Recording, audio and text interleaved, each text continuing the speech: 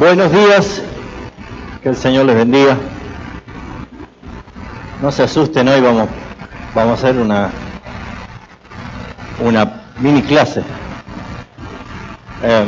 Abrímelo un poco más. ¿Se escucha bien atrás? Mire, hay lugares acá vacíos si quieren venir más adelante.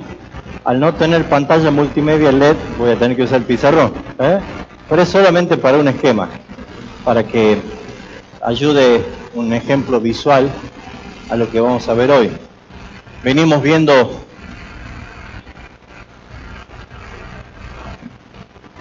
ahora sí, que no se me lo vaya, ¿no? ¿Se ve de atrás? Y si no hice nada. Ah, ¿me ven a mí? Bien.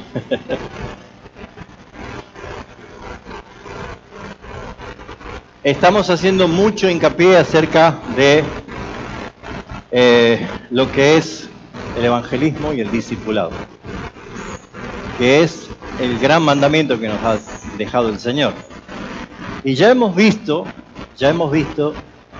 la primera parte de Romanos 1:16, porque no me avergüenzo del evangelio, que era un evangelio que escandaliza, un evangelio difícil de creer, un evangelio que probablemente nosotros por la fe decimos amén, pero para el judío y para el griego a quien estaba dirigida específicamente ese mensaje en el contexto de Pablo, en la carta a los romanos, encontramos también de que esta expresión para los judíos era una blasfemia y para los griegos era una locura, ¿no? Y hemos explicado de qué se trata. Esto está ya en los videos para que lo puedan ver. Y después hemos visto el poder del evangelio, ¿sí? Ese evangelio que era difícil de creer, hemos visto que es poderoso. Y es la expresión máxima del poder de Dios para salvación. Porque todos nos maravillamos con el poder de Dios para resucitar muertos, para hacer milagros de sanidades, señales, convertir el agua en vino, abrir el mar en dos, las plagas de Egipto. O sea, el poder de Dios, toda la Escritura lo ha expresado. Pero ese es un poder secundario. El poder más grande, el poder principal es el que dice Romanos 1:16. El Evangelio es poder de Dios para salvación. Y mis hermanos, hemos visto también la tercera exposición, que es un evangelio para todos, ¿sí? Al judío primeramente y al gentil, a todos. Entonces hemos visto el alcance del evangelio también. Pero hoy vamos a continuar con el capítulo 1, versículo 17 de Romanos, que es muy, muy clave. Romanos, no sé si iría a llegar, creo que está muy alto, ¿no? ¿Sí? Y si lo bajamos y lo ponemos un poquito acá, porque subestimé mi altura. Ahí está. Muy bien. ¿Ustedes ven bien atrás? Ahí estamos mejor. ¿Así? ¿Ahí? Ok. Bien, entonces, Romanos, ¿cuánto? 1:17. ¿Qué dice Romanos 1:17? Un texto maravilloso que dice así: porque en el Evangelio, vamos a decirlo juntos, leerlo fuerte, porque en el Evangelio la justicia de Dios se revela por fe y para fe, como está escrito, mas el justo por la fe vivirá. Una vez más, pero más fuerte, ¿sí? Porque en el Evangelio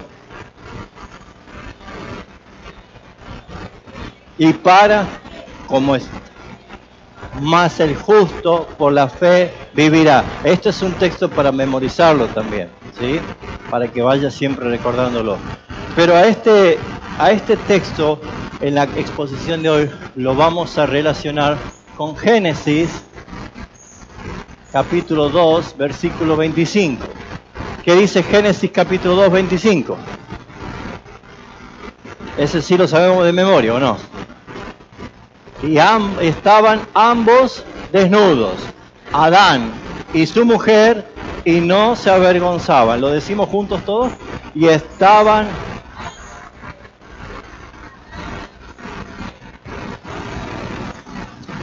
Usted dirá, ¿qué tiene que ver esto con... Toda la Biblia habla de un solo mensaje. Y vamos a ver justamente cómo, parafraseando, el justo por la fe vivirá. Necesitamos entender nosotros de que ese vivir por fe es algo que nos tiene que sostener a todos de una calidad de vida cristiana diferente a todos, absolutamente a todos. Vivir por fe.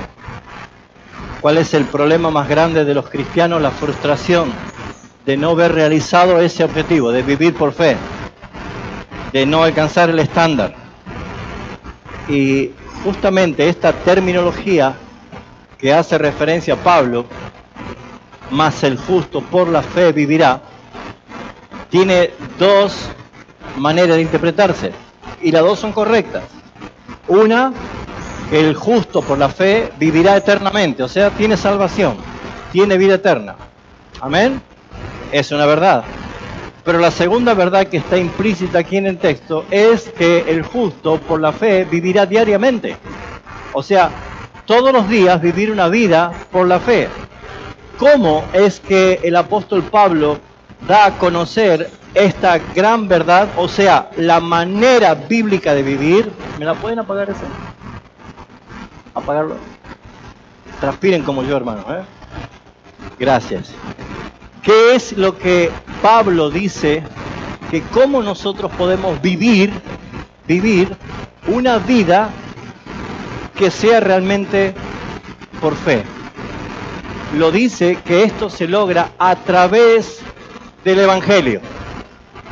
Porque Dios quiso revelar, dar a conocer, manifestar a través del Evangelio.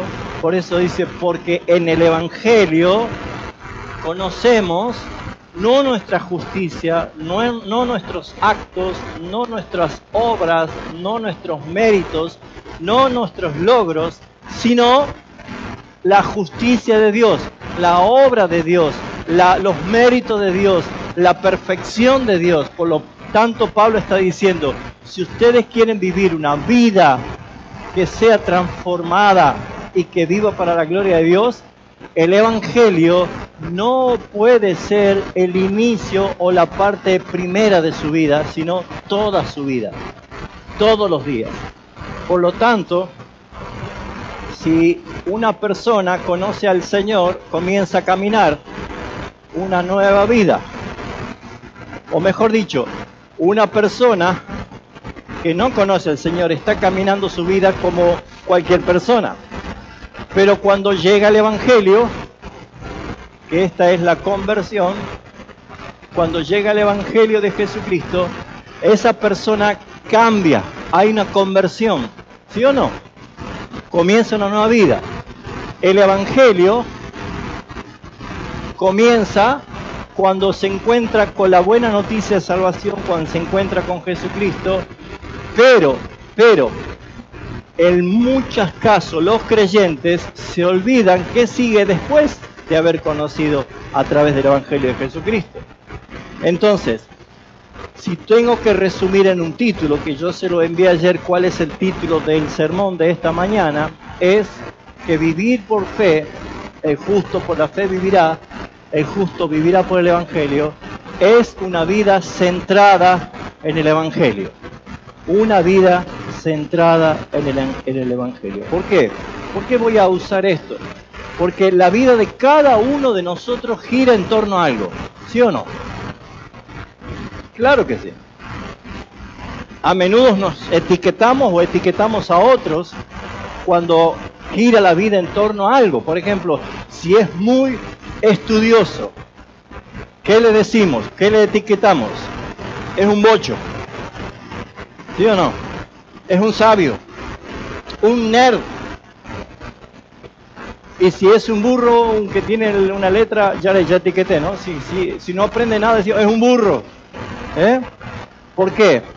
Porque de lo que nosotros etiquetamos o rotulamos a las demás personas o nosotros mismos es porque todos nosotros vivimos en torno hacia algo, mis hermanos. Ahora bien, El propósito es que Dios está destinado a ser el centro de nuestra vida. Dios está destinado a ser el centro de nuestra vida. ¿Por qué? Porque si no es Cristo el centro de nuestra vida, todo, absolutamente todo lo que hagamos nos fallará completamente. Porque no ha sido creado bajo ningún aspecto para ser el centro de mi vida. Así que solo la vida centrada en Jesucristo, solamente un creyente que centró su vida en Jesucristo, puesto los ojos en Jesús, que comienza a transitar esa carrera mirando a Jesucristo, su vida será significativa, su vida será satisfactoria, y la única etiqueta que te cae bien, que nos cae bien a todos y que vamos a abrazarla y vamos a decir suficiente, no necesito más, la única etiqueta es estar en Cristo. En Cristo. Porque quisiera hacerle algunas preguntas para que piense en torno a qué gira tu vida. Solamente piense. O qué personas, o qué intereses, o qué actividades consumen tu tiempo y tu atención. Solamente piense, evalúe. Porque la vida de cada uno tiene un centro que nos motiva. La vida de cada uno nos dirige con un centro que gira alrededor, o sea, nosotros alrededor de ese centro. Hay algo que nos pone bajo su gobierno, prácticamente dirige mis tiempos. Entonces la pregunta es, ¿en torno a qué gira tu vida? La otra pregunta es, ¿cuál es el centro donde gira toda tu vida? Piensa, ¿cuántos estudiaron el sistema solar en la escuela? ¿Sí? ¿Alrededor de qué gira todo? El Sol, ¿no es cierto? El sistema solar nos da a entender eso, que el Sol hace que todos, el sistema solar, todos los planetas que están allí puedan girar alrededor del Sol. Entonces, si nosotros vemos ese ejemplo, así es nuestra fe. Nuestra fe necesita identificar algo para girar alrededor de eso que hemos hecho centro. Una fe natural lo vemos todos los días en distintas personas que ponen algo en el centro de su vida que los motiva a vivir permanentemente. Pero la fe que nos ha dado el Señor es para que Cristo sea el centro, solamente Cristo. Por eso dice que en el Evangelio la justicia de Dios se revela por fe y para fe. Si no diría para fe y solamente quedaría en por fe, tal vez nos eximiría de continuar viviendo por fe. Pero no es solamente por la fe que conocemos, sino que para fe que continuemos centrándonos en nuestra vida en Cristo. ¿Por qué, mis hermanos? Porque nuestra fe es algo que debe centrarse en Jesucristo. Y voy a explicarlo por qué. Porque tenemos una naturaleza caída todavía, que batalla todos los días contra nosotros. Y mi naturaleza y tu naturaleza caída no quiere esto. No hay manera. No quiere seguir a Cristo. No quiere obedecer a Cristo. Es propensa al pecado. Quiere independizarse de todo lo que el Señor ordena en su palabra. Pero como hemos recibido una nueva vida, como hemos recibido la vida de Cristo en nosotros, esa nueva vida batalla contra mi vieja naturaleza y que no me deja hacer lo que quiera. Por eso es que haciéndoles esta pregunta para que reflexione, es que nosotros podamos pensar cuál es el centro de tu vida. Quiero que pienses, ¿es Cristo el centro de tu vida? Pues tal vez debería ver si eso lo demuestra tus estados de WhatsApp, tus publicaciones en redes sociales, el testimonio de la gente que te rodea, de tu casa, de tus vecinos, los compañeros de trabajo. ¿Es Cristo el centro de tu vida? Piensa por un momento, porque muchas veces, y creo que todos los que estamos aquí somos movidos y motivados a identificar algo que nos hace bien para transformarse en el centro de nuestra vida. Por ejemplo, las calificaciones. El que estudia bien y tiene buenas calificaciones hace de toda su vida que sus buenas notas sea el centro de toda su vida. Para otros seguramente son los deportes o alguna disciplina deportiva, la belleza de su cuerpo, la disciplina y cultivar un buen cuerpo en un gimnasio. Para otros la música, para otros negocios, para otros la familia, para otros el contexto económico, el estado social con que se maneja, el confort, la sabiduría, las fiestas, las redes sociales. ¿Cuál es el centro de tu vida? Quiero que lo identifiques. Si es Cristo, pues vamos a ver cómo se manifiesta Cristo, porque todos podemos decir, Cristo es el centro de mi vida, pero ¿cómo vivo después del Evangelio? ¿Cómo vivo después del Evangelio? Porque el texto, Pablo le está diciendo, no importa que seas judío, o que seas gentil, o que seas griego, lo que ustedes eran antes ya no tiene sentido cuando el Evangelio llega a sus vidas. Porque el que se encuentra con la justicia de Dios se va a conocer que es justo. Y el justo, por la fe, va a vivir. ¿Por qué? Porque el justo va a centrar su vida en el Evangelio. No como la puerta de la salvación, sino todo el camino de la salvación. Así que, ¿qué es lo que se transformó en el centro de tu vida? ¿Qué es lo que está llevando el tiempo, las fuerzas, tu pasión, tu juventud, tu dinero? ¿Y qué es lo que está definiendo tu identidad? El justo por la fe vivirá. Y usted dirá, ¿qué tiene que ver esto con Adán? Y con la desnudez de Adán y Eva. Primero quiero mostrarle lo siguiente, hermanos. Que cuando dice, más el justo por la fe vivirá, en este esquema de la conversión sucede dos cosas. Acá, nuestros ojos son abiertos. Fíjense, cuando Adán come del fruto prohibido, Génesis 3, versículos 6 y 7, sus ojos fueron abiertos. Y acá nuestros ojos son abiertos. Si nuestros ojos son abiertos acá, ¿ante qué estaba cerrado? Y si los ojos de Adán estaban cerrados a qué y fueron abiertos a qué. ¿Se entiende esto? Porque no puede haber dos posiciones de ojos abiertos. Cuando llega el Evangelio, nuestros ojos son abiertos. Acá está la conversión, acá es cuando nos convertimos. Y acá comienza a manifestarse lo que sería el concepto o el conocimiento, vamos a poner conocimiento de crecimiento de la santidad de Dios. Empezamos a conocer esto, que Dios es santo. Pero a la vez el Evangelio nos muestra otra cosa. ¿Qué cosa? El conocimiento en crecimiento de la pecaminosidad mía. Cuando el Evangelio verdadero se revela en mí, me muestra dos cosas. Cuán santo es Dios y cuán pecador soy yo. Y ahí es donde mi vida centrada en el Evangelio me hace ver a Cristo inicialmente como mi Salvador.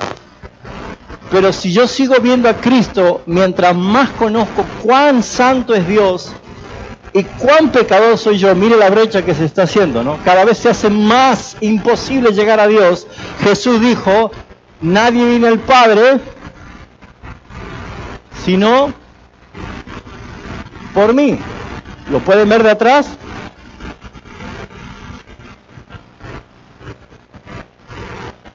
¿Pueden ver cómo la cruz va creciendo? Cuando yo veo a Cristo, inicialmente, mi vida comienza a ver una cruz. La redención, la justificación, la santificación, la propiciación.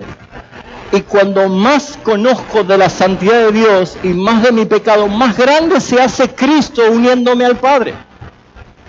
Más grande se hace mi Señor. Porque empiezo a ver más de Él, menos de mí. ¿Se entiende esto?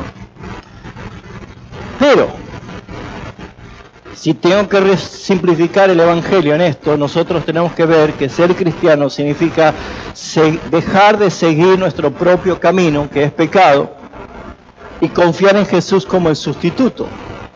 Porque si yo voy a vivir por esta vida, nunca voy a llegar al Padre. Pero si yo voy a través de Cristo, yo puedo llegar al Padre. ¿Se entiende esto? Entonces hay tres cosas que debemos hacer nosotros inmediatamente para vivir por fe. Admitimos nuestros pecados ante Dios, un Dios santo, como lo es Él. Es decir, admitimos que somos culpables y necesitamos salvación.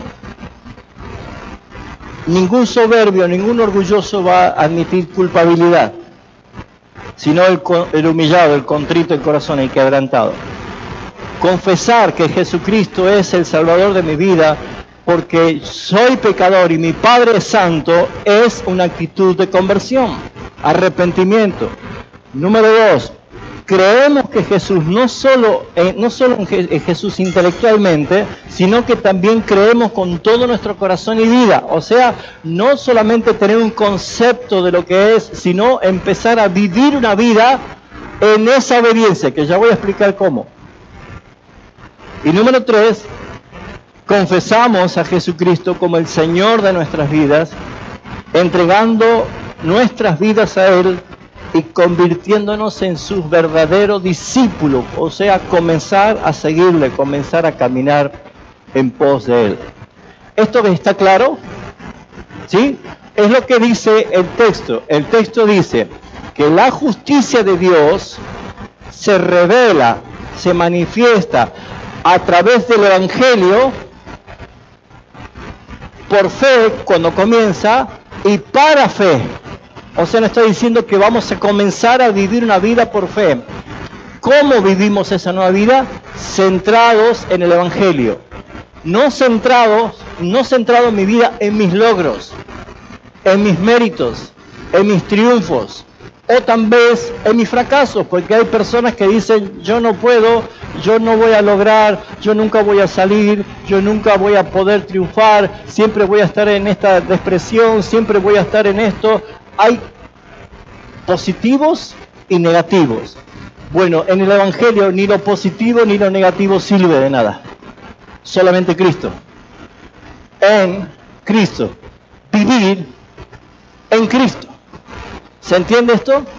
Ahora, lo que vamos a ver hoy son una de las dos formas en la cual nosotros dejamos de vivir con el Evangelio como centro. Porque cuando Cristo ya no es el centro de mi vida, ¿sabe qué sucede? Cuando Cristo no es el centro de mi vida, solamente tenemos al mismo Cristo que hemos conocido para salvación hasta el final, porque nosotros nos empezamos a hacer una manera diferente de vivir. Yo voy a hablar de las dos formas que tenemos nosotros de reducir la cruz. Ya no es grande la cruz, ahora es mínima. Y hay muchos cristianos que viven con un cristito. Ese cristito no te sostiene en la fe. Ese cristito no es suficiente con su providencia. Necesitan ir a buscar otras cosas. Ese cristito que ustedes se hicieron, se fabricaron, no les alcanza para ser libres de la tentación. Ese cristito no les alcanza para vivir la verdadera libertad que Cristo nos da. Ese cristito es el fruto de dos cosas que hacen que achiquemos, menguemos la cruz de Cristo por no tener el Evangelio. Una forma es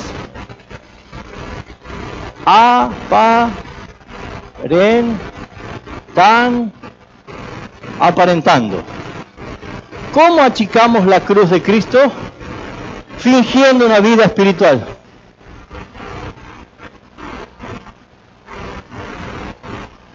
Fingiendo. ¿Qué sentiría usted si navegando por la web encuentra un sitio web que usted no lo sabía, pero que es público y dominio para todos, donde allí están expresados todos nuestros pensamientos, todas nuestras acciones, todas nuestras intenciones? Público.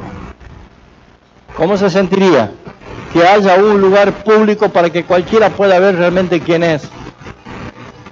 Seguramente no quisiera que esté, porque si las personas a quien nosotros aparentamos, no nos volverían a tener en autoestima, no nos volverían a hablar, tal vez nos esquivarían o tal vez no tendrían mucho menos concepto del que tenía nosotros. El problema es aparentar. Cuando yo estoy aparentando una vida espiritual, yo estoy reduciendo la cruz y Cristo se transforma en un Cristito.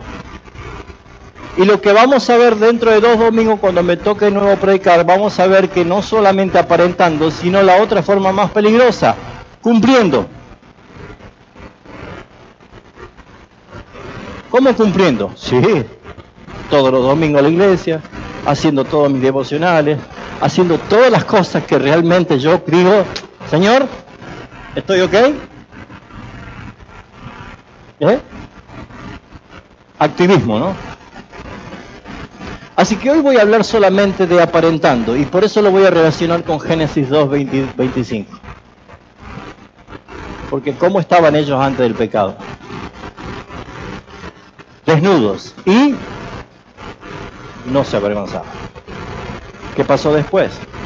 Bueno, es lo que quiero llevar en este momento la enseñanza. ¿Me hice entender con el esquema? ¿Sí? Usted era pecador, yo era pecador, conocimos el Evangelio, pero el Evangelio no es una puerta, es por fe, somos salvos por fe, pero para fe hay una vida que nos impulsa, una nueva vida.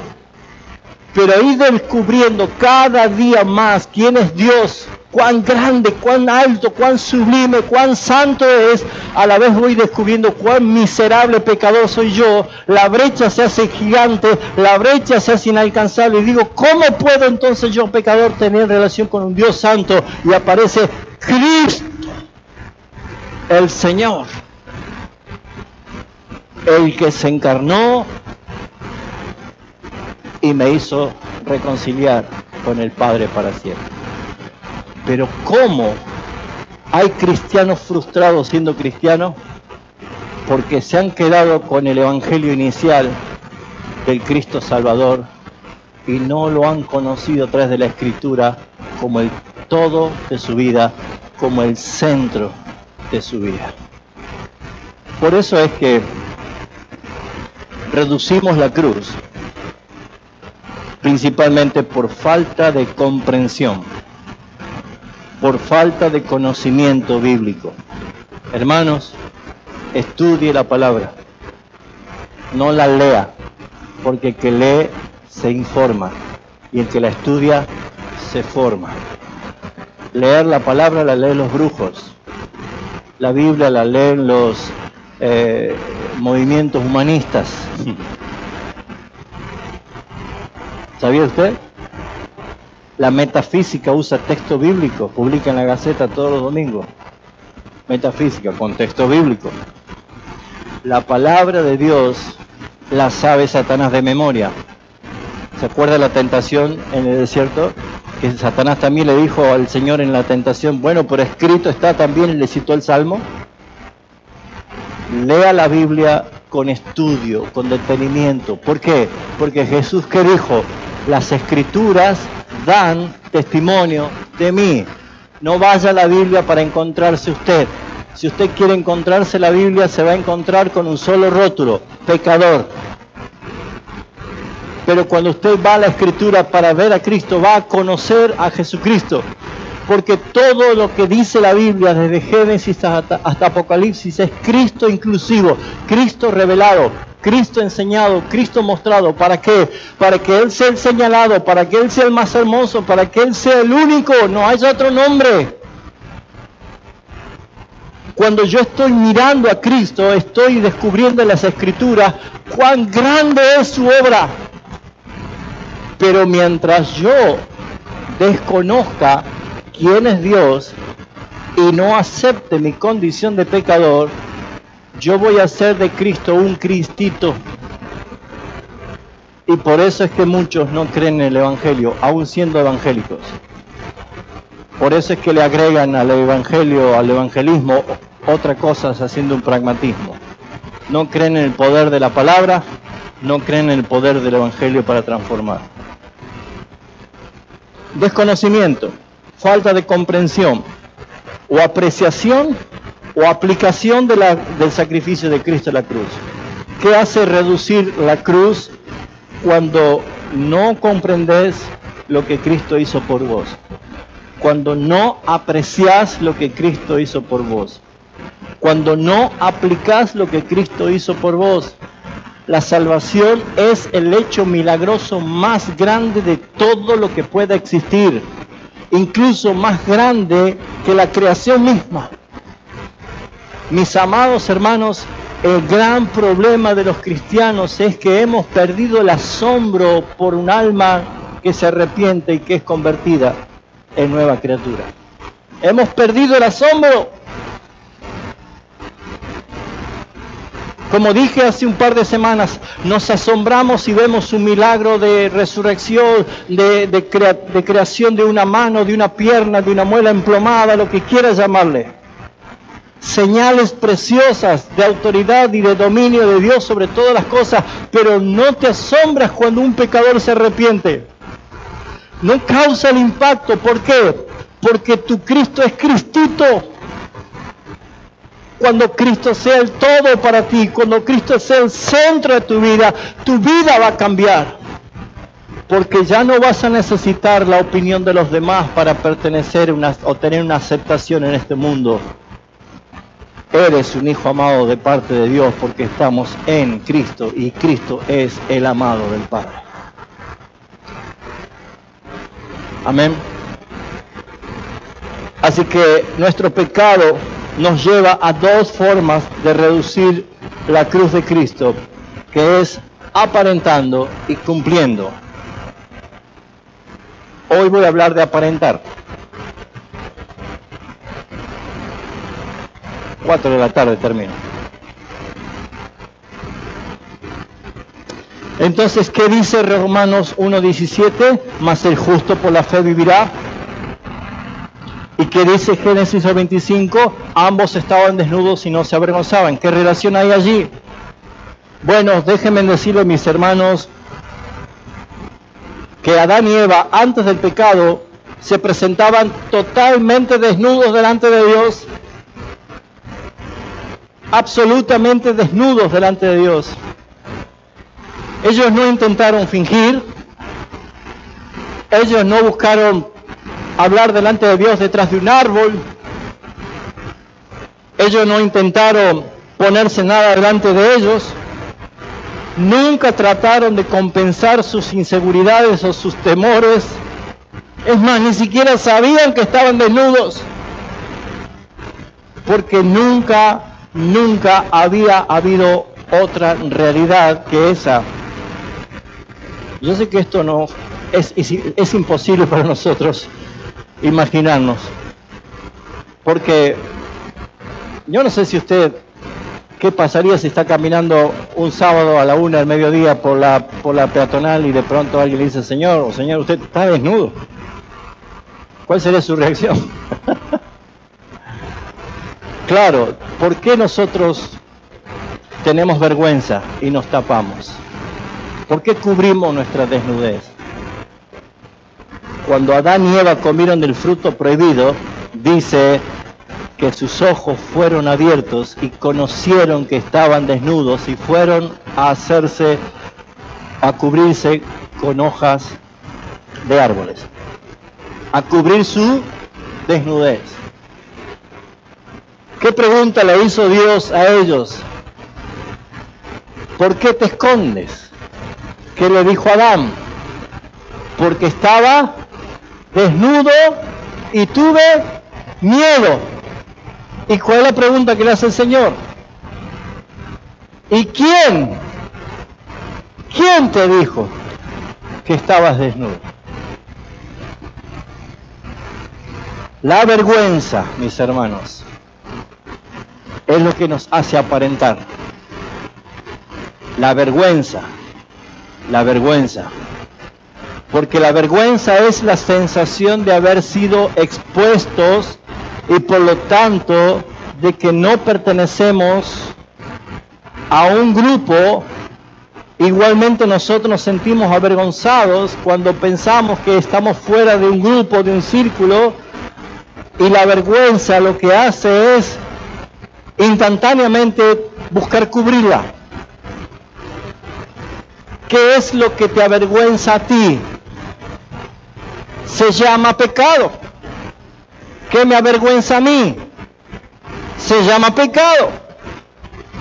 ¿Y qué hacemos con la vergüenza? Nosotros también la ocultamos. Por lo tanto, fingimos, aparentamos. El resultado de eso es achicar la cruz. Porque el pecado lo que hace es hacernos olvidar que Dios es omnisciente y todo lo ve, todo lo sabe. Y el pecado me hace pensar que yo puedo esconderme. ¿Por qué Dios llamaba a Adán? Adán, ¿dónde estás tú? ¿Dónde estaba Adán? Escondido. ¿Se podía esconder a alguien de Dios? Se ve que Adán no leyó el Salmo 139, ¿no? ¿A dónde huiré de tu espíritu? ¿Dónde me esconderé de tu presencia? Si voy al fondo, a lo profundo del mar, allí estás tú. Si me voy al extremo de la tierra, Señor, allí tú estás todavía. ¿A dónde me iré? No puedo huir de tu presencia, decía el salmista. Parece que Adán no lo sabía. Pero es que es más fuerte su vergüenza y su ocultamiento. ¿Por qué? Porque el ocultamiento es justamente tapar algo que a mí me avergüenza. Y tristemente las iglesias cristianas evangélicas nos hemos llenado de esta manera de achicar la cruz, de aparentar lo que no somos. Y debemos empezar a entender que si mi vida es vivir en Cristo, el problema que nos avergüenza, que se llama pecado, está absolutamente y eternamente resuelto. Por eso es que Pablo dice, el problema es que la vergüenza es el resultado de la culpa, y la culpa es no entender la justificación, es no entender la justicia de Dios. Pero la justicia de Dios, ¿cómo la puedo conocer? Pues la justicia de Dios se revela en el Evangelio, que es por fe y para fe. Para que vivan todos los días oxigenándose de la obra perfecta de Cristo Jesús en la cruz. Por eso, cuando nos volvemos más conscientes de nuestra pecaminosidad, nos sentimos mucho más expuestos y avergonzados. Y déjeme decirle de que nosotros abrazamos las sanas doctrinas, y especialmente las doctrinas de la gracia del Señor. Cada vez el temor de Dios se apodera de mí porque reconozco lo miserable que soy sin Él. Pero no me quedo en el renglón de abajo. Ni me intimida el precioso Dios Santo que tenemos. Me ayuda a mirar la cruz. Porque hoy pequé y más tarde voy a pecar. Y a la noche voy a pecar. Y mañana voy a pecar. Y voy a pecar hasta que Él venga. Pero cuando yo más conozco mi pecaminosidad y su santidad, pero pongo mi mirada en Cristo y pongo el Evangelio como el centro de mi vida, este Cristito se hace un gran Cristo para mi vida, un Señor absoluto y soberano para mi vida, en la cual yo entiendo que para el que está en Cristo ninguna condenación hay. Para el que está en Cristo es nueva criatura, las cosas viejas pasaron. Para el que está en Cristo, mis hermanos, hay un Dios Padre que es un juez que dice quién acusará a los escogidos de Dios, y Dios es el que lo justifica. Cuando estoy en Cristo y Cristo es el centro de mi vida, entonces me doy cuenta que las cosas cambian. Porque mis hermanos, si somos expuestos y avergonzados, es entonces cuando comenzamos a aparentar que somos mejores de lo que realmente somos. Esto se llama autojustificación. También cuando nosotros nos autojustificamos, decimos, bueno, Señor, soy pecador como todo el mundo es pecador. Comparación. Ah, Señor, pero no soy como aquel. Ese es peor que yo. Excusas. ¿Qué hizo Adán? La mujer que tú me diste, Señor. Excusas. Señor, si sabes que soy débil, ¿cómo querés que soporte? Negociar con Dios. Señor, te prometo que ahora voy a consagrar mi vida y voy a hacer todo lo que me pides, voy a ser fiel en todas las reuniones, voy a hacer esto, intentar negociar con Dios.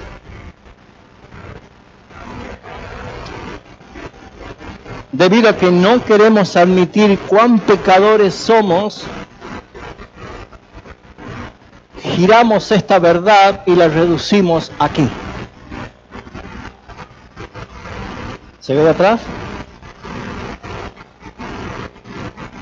Cuando entendemos cuán pecadores somos, cada vez que nosotros nos autojustificamos, nos excusamos, culpamos a otros, nosotros estamos haciendo que esto no sea tan así, sino más bien así.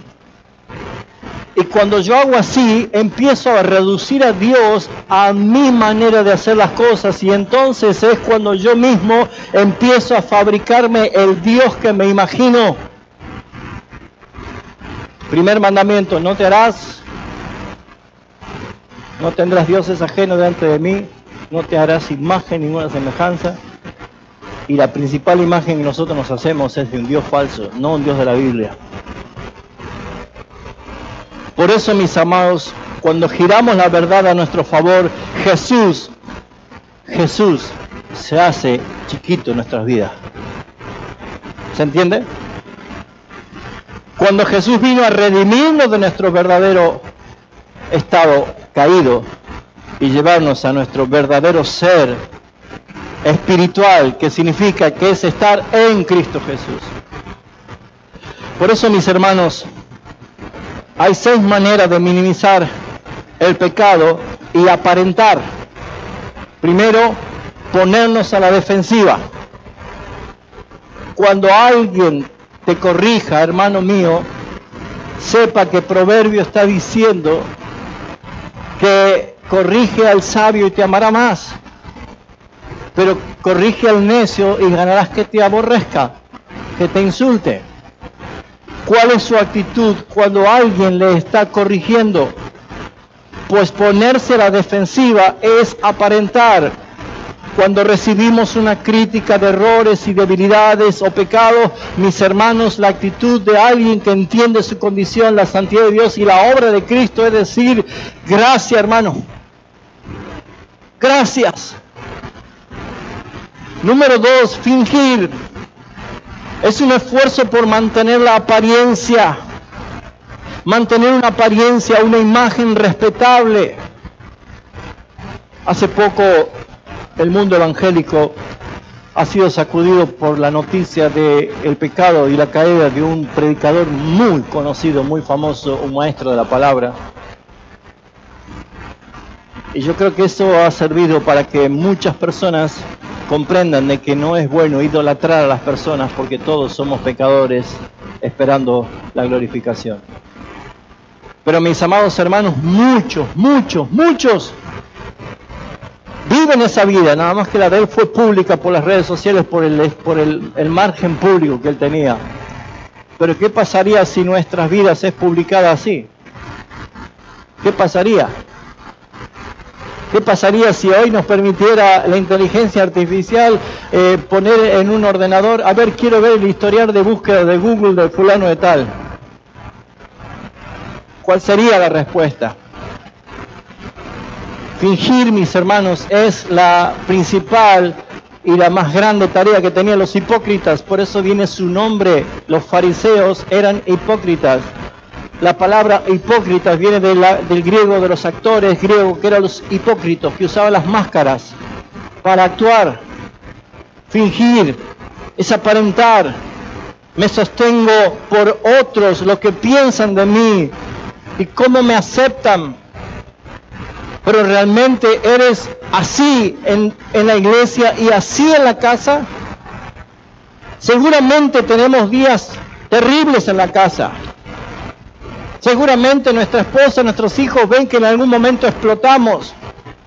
Pero esas son claramente evidencias de una naturaleza caída. Pero otra cosa es fingir, otra cosa es aparentar, otra cosa es mostrar algo que no soy. Vivir por fe, el justo por la fe vivirá, es no por tu fe, sino por la fe en la obra que Cristo hizo, y permítame que Cristo sea grande en su vida. Ponerse a la defensiva. Número 2, fingir. Número 3, esconderse. Tendemos a ocultar tanto como puedo acerca de mi vida, especialmente las cosas que son malas. Una de las cosas que trajo impacto en la vida de muchos que conocieron el testimonio de John Newton. ¿Saben quién fue John Newton? El que compuso el famoso himno Sublime Gracia. John Newton. El otro Newton era el científico, ¿no?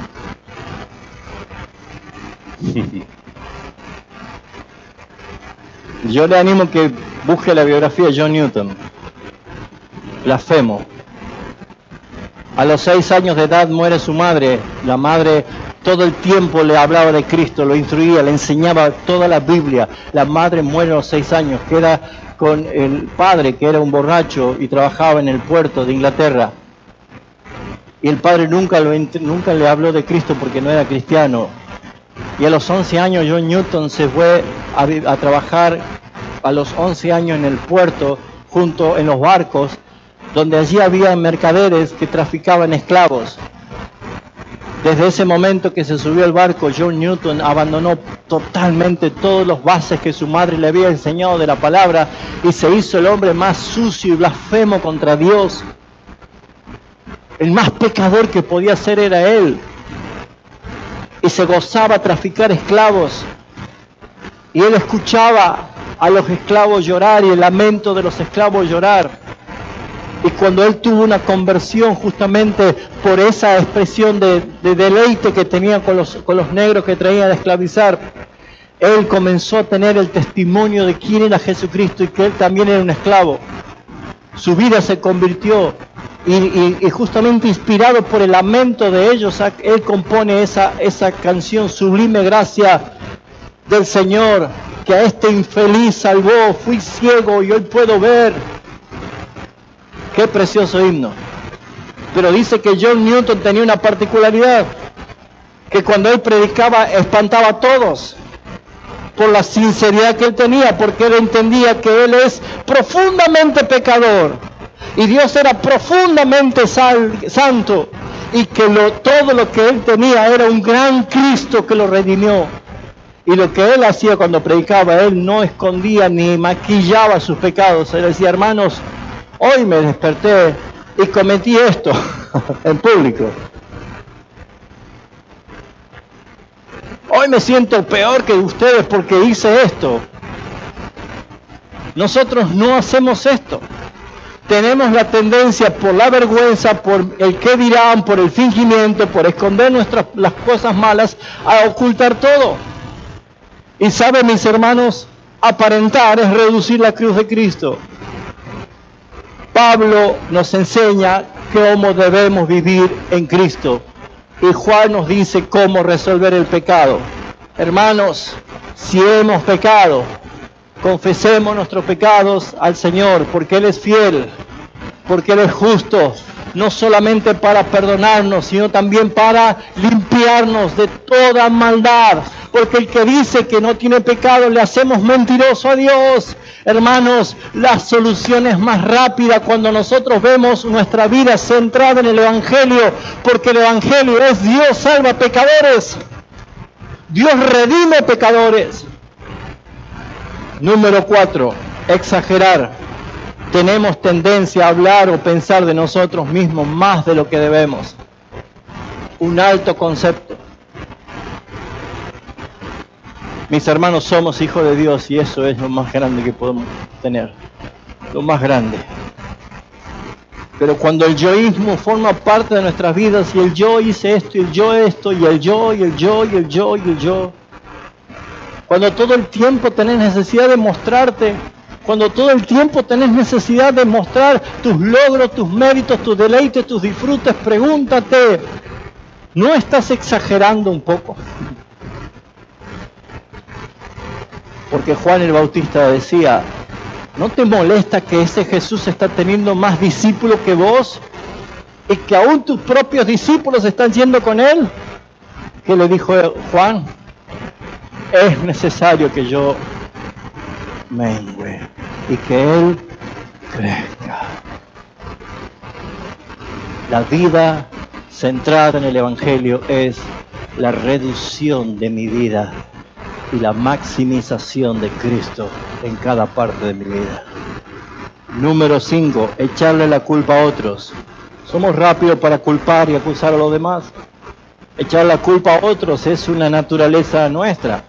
Desde que somos bebés, un niño va a romper un jarrón y va a decir, ¿qué hiciste? Y capaz que no sabe hablar, pero lo va a señalar al perro. Por naturaleza, ¿quién le enseñó? ¿De dónde aprendió esto? Nadie le enseñó, pero la naturaleza ya tiene esta genética. Culpar a otros, echarle la culpa a otros. Hermanos, tus desgracias no son culpa de Dios, no lo culpes a Dios. Tus desgracias no son culpa de Dios. Dios vino a hacer la salvación. Dios es soberano. Pero no lo culpes a Dios. Y si resuelves eso en tu vida, te aseguro que resolverás todo lo demás. Porque muchos se alejan enojados con Dios. Y le están dando la espalda a la gran misericordia y amor que Dios tiene por su alma pecadora. Número 6. Restar importancia. Eso es lo peor de todo. ¿Cómo vas en tu conocimiento creciente de tu pecaminosidad? ¿Por dónde estás? ¿Cuántos años de creyente llevas? ¿10? ¿15? ¿30? ¿35? ¿Cuántos años de creyente llevas? Con 35 creo que ya debería andar más o menos por acá, ¿no? Yo soy el peor de los pecadores, dijo Pablo. Pero si usted lleva 35, 40 años y todavía se anda creyendo que es el cristiano y anda por acá, déjeme decirle que su Cristo es chiquitito. Su Cristo es chiquitito. Porque cuando la palabra, el Evangelio, me revela cada vez más cuán santo es Dios y cuán pecador soy yo, ese abismo inalcanzable se hace cada vez más grande para que entonces yo ponga mi mirada en Cristo, que Él dijo, yo soy el camino y la verdad y la vida, y nadie tiene al Padre sino por mí. Cuando yo elimino el aparentar, y yo elimino, que esto lo vamos a ver, el cumplir, vamos a empezar a volver a ver a Cristo grande, siendo el todo en mi vida, y no necesitando de nada más. Voy a ir concluyendo. Cuando no vivimos centrados en el Evangelio, hermanos, inevitablemente caemos en la trampa de aparentar. Y como te hice la pregunta al inicio, ¿en torno a qué gira tu vida? Si no es Cristo, todo lo que está ocupando el centro de tu vida es una pura apariencia. Porque Cristo te salvó para que reflejes su gloria. si no es Cristo, ¿a quién estás reflejando? Porque es inevitable caer en la trampa de aparentar lo que no somos. Buscamos esconder nuestras luchas, nuestros pecados, nuestras debilidades, en lugar de aferrarnos a la luz de Cristo. Y esto sin duda nos lleva a practicar la hipocresía,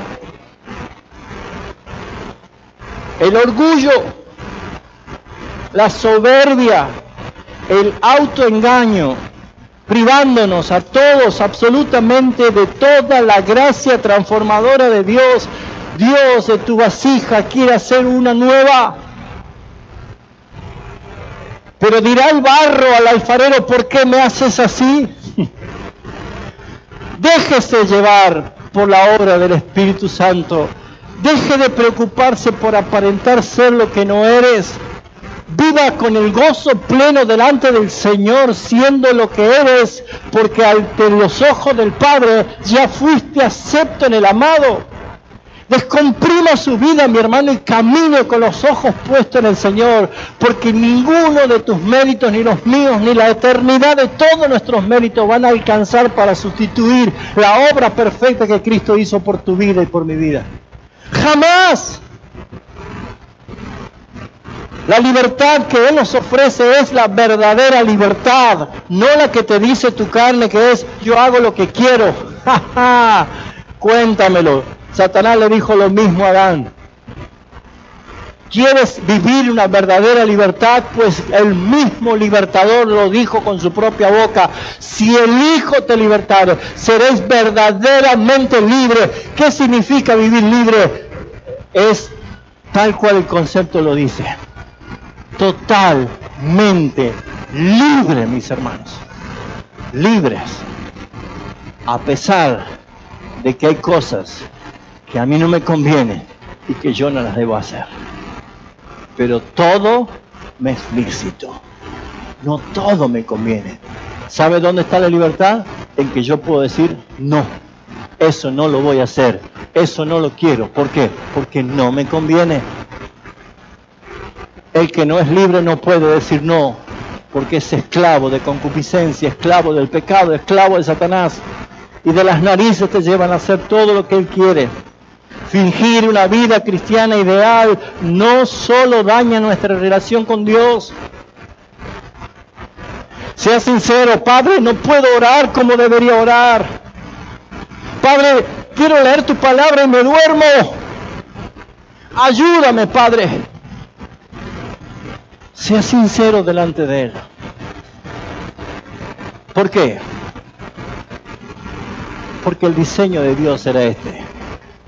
Delante de sus ojos, Hebreos 4:13, todas las cosas están desnudas y abiertas ante los ojos de quien debemos dar cuenta.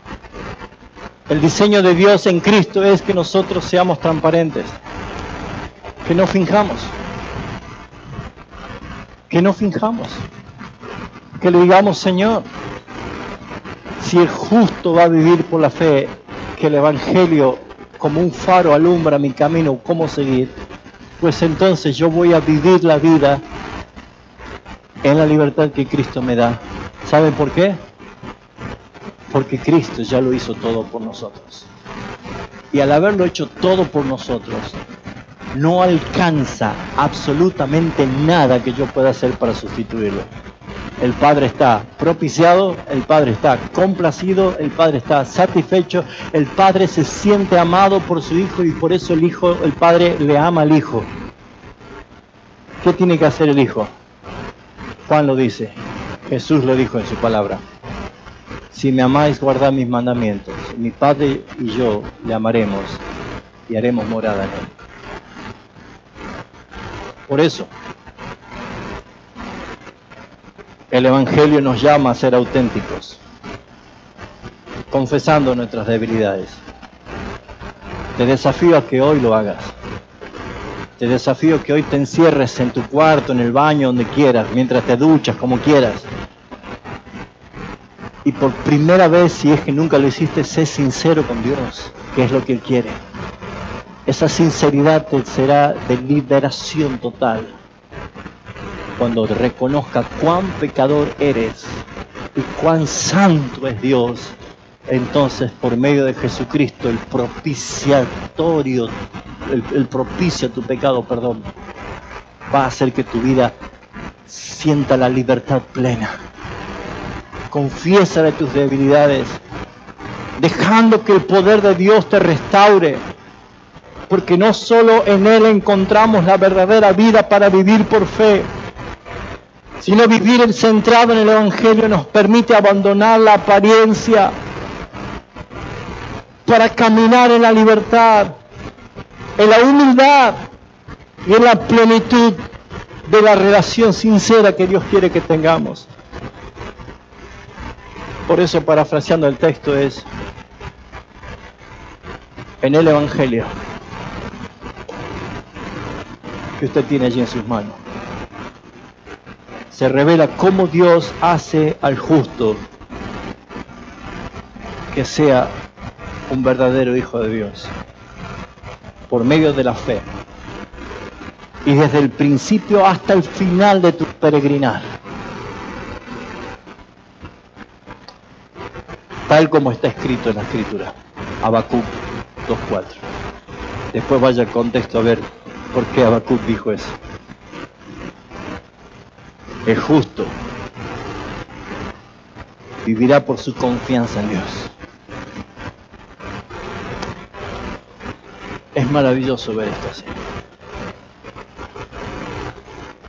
Habacuc lloraba y renegaba, decía: Señor, ¿por qué vas a usar el pueblo tan sanguinario como Babilonia para ultrajar a tu pueblo? Y él le habló de la soberbia del pueblo de Israel. Y le dijo que la única forma era quebrantándolo. Y por esa razón el justo por la fe iba a vivir. Y después usted va a ver todo lo que habla de lo que es vivir en la justicia de Dios. ¿Se entendió el mensaje? ¿Le quedó claro esto? ¿Sabe qué relación tiene Génesis? El diseño de Dios es que nosotros no reconozcamos otra apariencia. Delante de Él no cubramos nuestra vergüenza, sino que vamos en confesión y encontremos esa libertad que Él nos prometió a nosotros. Oremos.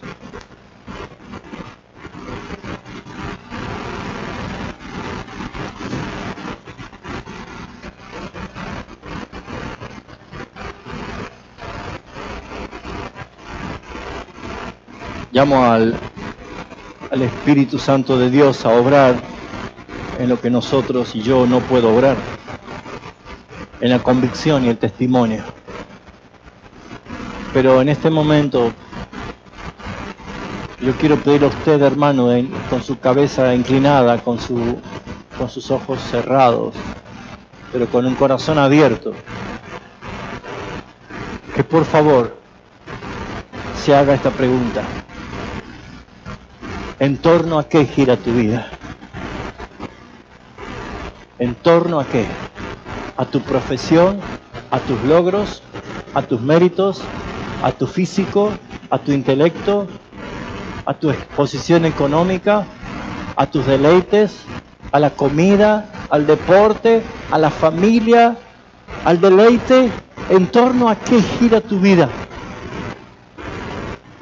Todo lo que no sea Cristo te va a fallar, te está fallando o ya te falló. Dios revela por el Evangelio su justicia, por la fe y para decirte: tienes que vivir como un justo confiando en Dios y en la obra de Jesucristo. ¿Qué tienes que hacer? No aparentes nada. No finjas, no actúes. Ríndete al Señor. Y dile: Señor, impresionar a los demás me sale muy bien, pero a ti no te puedo engañar, Señor. Y mi alma está sedienta como un ciervo. que brama por las corrientes de las aguas. Mi alma tiene sed de ti, Señor, de un Dios vivo. Mi alma se siente muchas veces en tierra seca y árida, donde no hay agua, Señor. Dile al Señor cómo está tu condición, tu relación con Él. Sé sincero, ¿eres Cristito el que tienes en tu vida o es Cristo el Señor, el Todopoderoso? Oh, mis hermanos, qué maravilloso es el Evangelio para todos los días. Para todos los días. Despierta con la buena noticia. Vive con la buena noticia. Acuéstate a dormir con la buena noticia. Que Cristo es el Señor y el Salvador de tu vida. Para la gloria de Dios Padre. Amén. Que el Señor les bendiga, hermano. Gracias.